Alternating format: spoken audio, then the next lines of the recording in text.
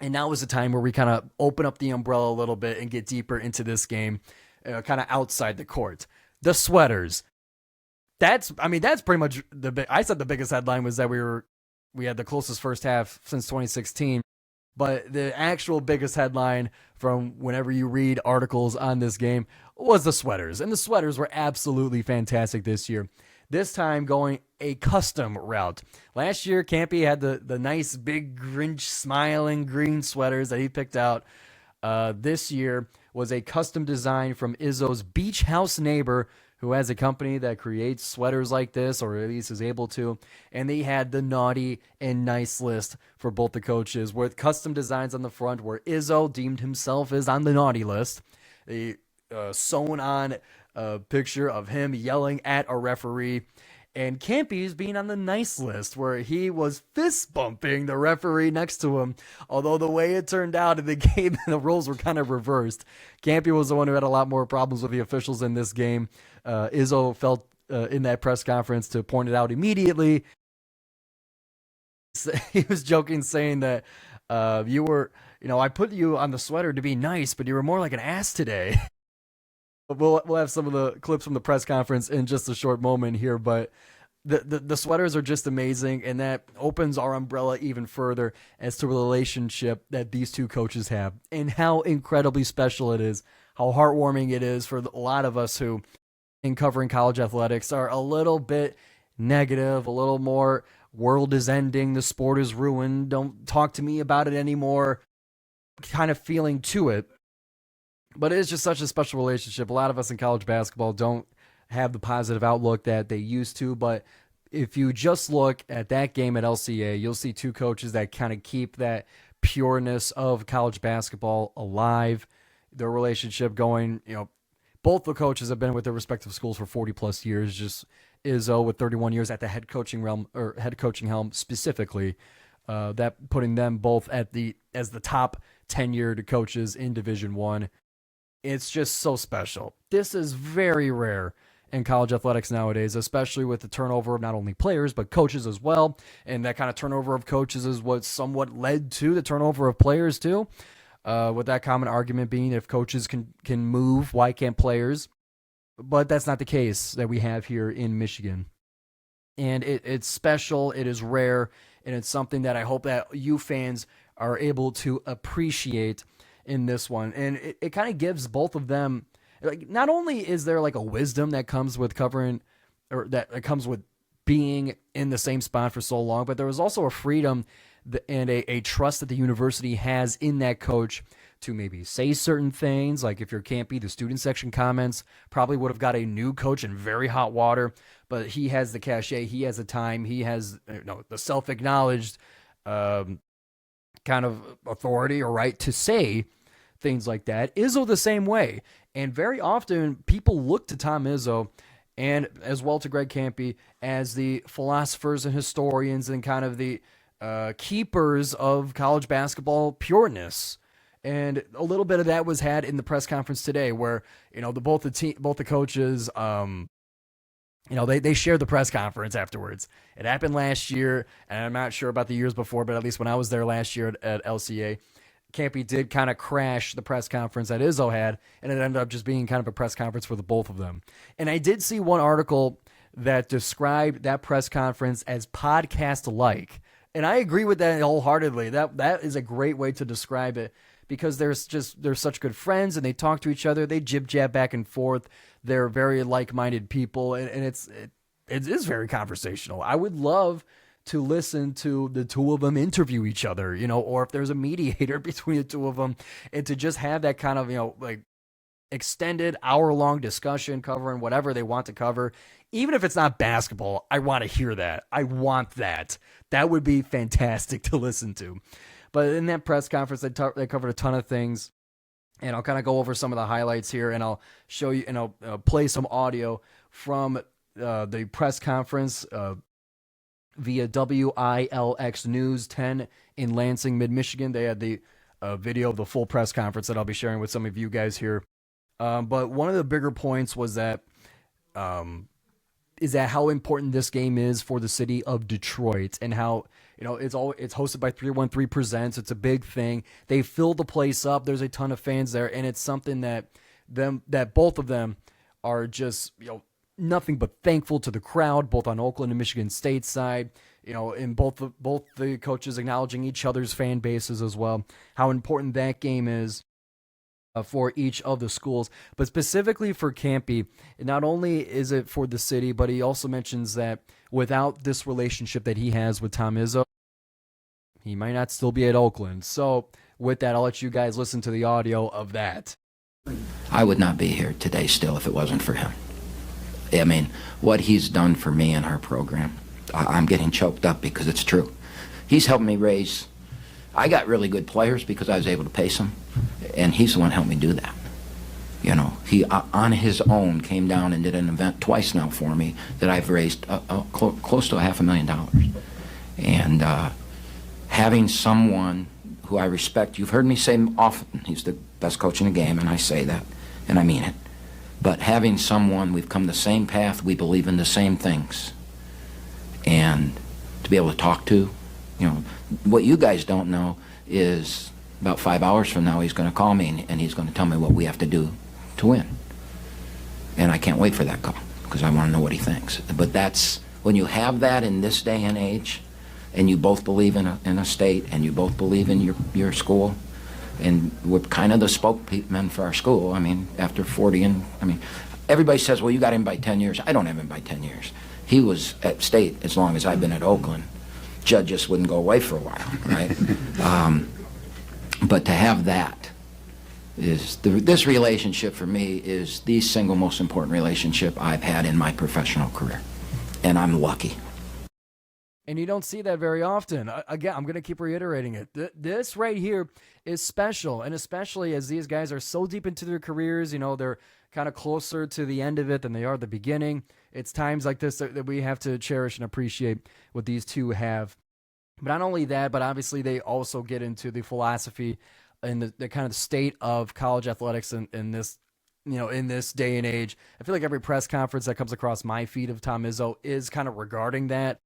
And it's, there is almost nobody that has as much authority to speak on that than these two coaches here. But one thing that was interesting is that, it's always about kind of the players being able to transfer and should they stay with the program. And that was obviously covered in terms of Carson Cooper, Jackson Kohler, Cohen Carr, Jeremy Fears, a lot of the returning players for Michigan State. But it was also between the kind of interaction and relationships built between coaches.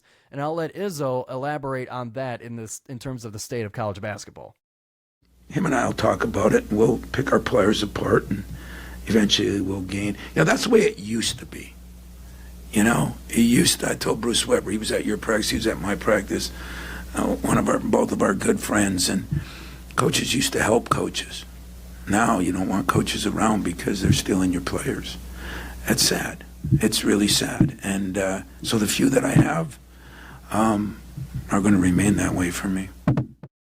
That's something you don't really think about, or something I haven't really thought about, is that when a relationship like these two have is rare, not only because of the length they've been with each other, but because nowadays it's almost disadvantageous for you to be and interact with and, host other coaches for feedback and for, kind of speaking to your team, just kind of giving them another voice to listen to and to learn from. But that's almost disadvantageous because every time a player is contacted, is spoken to, is seen, it is almost always in an effort to poach that player, to pick them off that roster. So it kind of pits coaches between themselves in terms of their competitiveness and wanting to win and using the rules to their advantage, whether there's like a morality to it or not. You want to poach the best players that you can because that's what you're allowed to do, and that's what's going to make you win. But that contrasts the relationship and kind of building with other coaches, building relationships with them, feedback from each other, learning from each other. They kind of fight against each other. And nowadays, a lot of coaches are kind of forced into the poaching realm of things because they do not have as long of a leash as these coaches have. So therefore, they got to get results quick. They got to get players quick, and they're going to pluck them off your roster when they get the chance to. So that kind of prevents coaches from kind of collaborating with each other, except for these guys. And especially what was interesting to me, and this one was news, but Izzo was referring to Trey Townsend when he was talking about the player that he referred to as a player that went to Arizona. He spoke to him and said this. We'll listen to the press conference. Remember a couple of years ago when you had the kid that ended up at Arizona, I called you about him, and you said, I said, what do you think? He says, well, you should go after him, but I'm trying to keep him. And I says, well, I'll call him and try to get him to stay. And that's what's missing in our profession right now, you know. We are absolutely poaching our own players. You see what I'm getting at here? This is so unique in college ball. Can you tell me another coach who talks to another team's player and encourages him to stay? When does that ever happen? That's nuts. But Izzo does that. Izzo and Kampe do that. And they want to encourage players to stay with the university that they're at.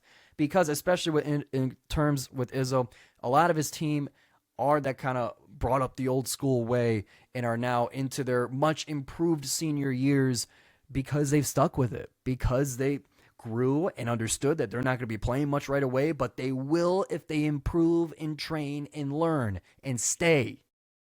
Oakland's 2024 team, the one that beat Kentucky, the one that I got newspaper clippings up in my room now for it, that was full of guys like that.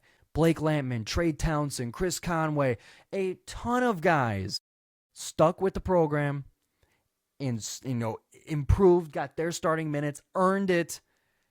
And that, along with great other additions, obviously, to the roster, that experience, connectivity, understanding of the zone just in and of itself led them to defeating a much more inexperienced team despite their talent in Kentucky. That was huge in that game. Izzo and Kampe are examples of that kind of old school way. I can't get enough of it. Can you guys tell I can't get enough of it? I love these guys. I love what they represent for college athletics, and I hope that they can hold on to their role long enough to bear the storm of this crazy kind of college transfer portal era of college athletics, to help stabilize it and return it to a little bit more of a familiar yet player-friendly way of doing things. There's a lot to cover in this one. This is just one basketball game, right? It's just, I love these guys so much. I can watch these press conferences all day. They're the friendliest guys, at least for Kampe. I haven't met Izzo personally, but I got to imagine that since those guys are so similar, they're cut from the same cloth, that he would be just as welcoming to, especially young media, like Kampe is. And I've seen many examples of it outside of myself as well. So it's just, I can't get enough of this game. I hope this matchup never ends. But there may be outside factors that could affect that, but it looks like they're going to do everything they can to keep this matchup going. And I'll even throw in another piece of audio or Izzo was talking about, as long as he's still there. I'll straighten that out right now. As long as I'm here, we're going to play you. So you don't have to worry about that, even though I think I'm the one insane because it's going to happen. But I had a lot of respect for you, your program, and the people down here. And God, I love these guys. All right, so we'll put a bow on the Oakland and Michigan State side of things here. We'll look forward now. We got one more game before the new year. Oakland will be on the road as part of their full-time Horizon League schedule now to face the Wright State Raiders on December 28th. And for those on YouTube, I'm looking at a calendar.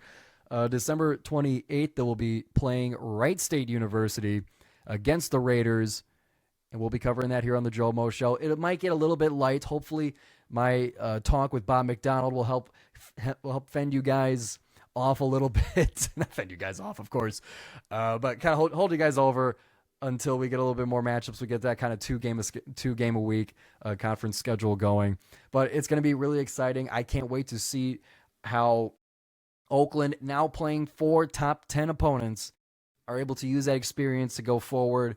And will those lessons appear in the late stages of the regular season, in the tournament, and if they, by golly, win the Horizon League again, when they face another huge big-time opponent, will those lessons of playing those teams earlier in the season bear fruit? I can't wait to see it. It's going to be so awesome. And I hope you guys are along for the ride as well. I hope you guys are rating, reviewing, subscribing, and liking, interacting with, following everything you can within your power. Remember, it's all free. The button you press to support the show is free. It won't cost you nothing, but I'll thank you for it anyway. So be sure to do all that. Follow the show. We got a ton coming up, and I can't wait to get all to it. So, to wrap things up here, my name is Giovanni Moceri here for the GioMoShow. You're home for more Golden Grizzlies basketball, and we'll see you next time with more Golden Grizzlies basketball.